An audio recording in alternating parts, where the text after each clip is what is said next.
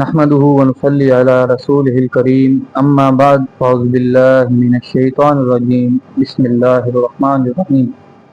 اذ يقول المنافقون والذين في قلوبهم مرض غر هؤلاء دينهم ومن يتوكل على الله فإن الله عزيز حكيم وَإِذْ يَقُولُ الْمُنَافِقُونَ اور جب کہہ رہے تھے منافقین والذین اور وہ لوگ فی قلوبہم مرض جن کے دلوں میں بیماری تھی غر ہؤلاء دینہم انہیں ان کے دین نے دھوکے میں ڈال رکھا ہے وَمَن يَتَوَكَّلْ عَلَى اللَّهِ اور جو اللہ تعالیٰ پر توکل کرتا ہے فَإِنَّ اللَّهَ عَزِيزٌ حَكِيمٌ تو اللہ تعالیٰ غالب ہے بڑی حکمت والا ہے۔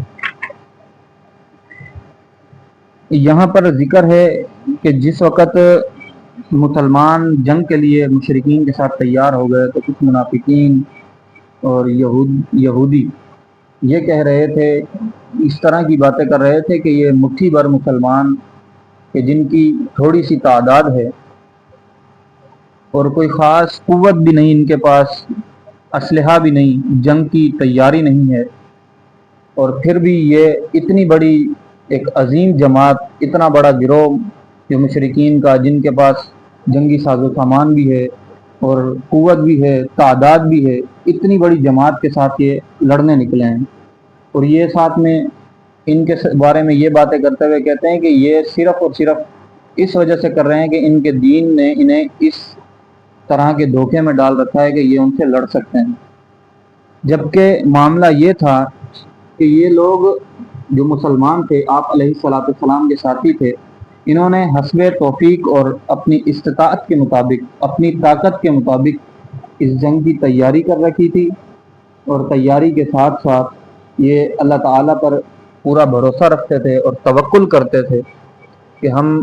لڑیں گے اللہ کے دین کے لیے اور اللہ تعالیٰ ہمیں فتح دے گا، ہماری نصرت کرے گا، ہماری مدد کرے گا۔ اور اللہ تعالیٰ فرمایا وَمَن يَتَوَكَّلْ عَلَى اللَّهِ فَإِنَّ اللَّهَ عَزِيزٌ حَكِيمٌ اور جو اللہ تعالیٰ پر توکل کرتا ہے فَإِنَّ اللَّهَ تو بے شک اللہ تعالیٰ غالب ہے، حکمت والا ہے۔ یعنی ان کے اس گمان کے برخلاف اللہ تعالیٰ نے، جب انہوں نے اللہ تعالیٰ پر مسلمانوں نے توکل کیا، بھروسہ کیا، تو اللہ تعالیٰ ایسا عزیز ہے، غالب ہے اور حکمت والا ہے کہ اس میدان میں جنگ بھی ہوئی اور مسلمانوں کی اس کم تعداد نے فتح بھی حاصل کی اور انہیں شکست دے کر وہاں سے دوچار کر کے بھیج دیا۔ یعنی اللہ تعالیٰ نے اس طرح اپنے ساتھیوں کی، اپنے محبوب کے پیارے صحابہ کی اور مسلمانوں کی مدد کی کہ اتنی بڑی جماعت کہ جن کے بارے میں یہ تصور تھا، یہ سوچ رہے تھے منافقین اور یہود کہ اتنی بڑی تعداد کے ساتھ یہ مٹھی بھر مسلمان کیا لڑیں گے، اللہ تعالیٰ نے اپنے ساتھیوں کی وہاں مدد کی۔ تو ہمیں بھی چاہیے کہ ہم بھی اپنے تمام معاملات، مسائل اور پریشانیوں میں اپنے وسائل کے مطابق، اپنی طاقت کے مطابق ان مسائل کو حل کرنے کی کوشش کریں اور اللہ تعالیٰ پر توکل بھی کریں، بھروسہ بھی رکھیں کہ اللہ تعالیٰ ہمارے معاملات آسان فرمائے گا، کیونکہ وہ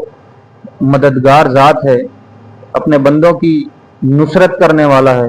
اللہ تعالیٰ پر اگر توکل کیا جائے، بھروسہ کیا جائے تو اللہ تعالیٰ اپنے بندوں کی ضرور مدد کرتا ہے اور معاملات کو آسان کرتا ہے۔ اللہ تعالیٰ سے دعا ہے کہ اللہ تعالیٰ ہمیں اپنے اوپر توکل اور بھروسہ کرنے کی توفیق عطا فرمائے۔ وما علیہ الا البلاغ المبین۔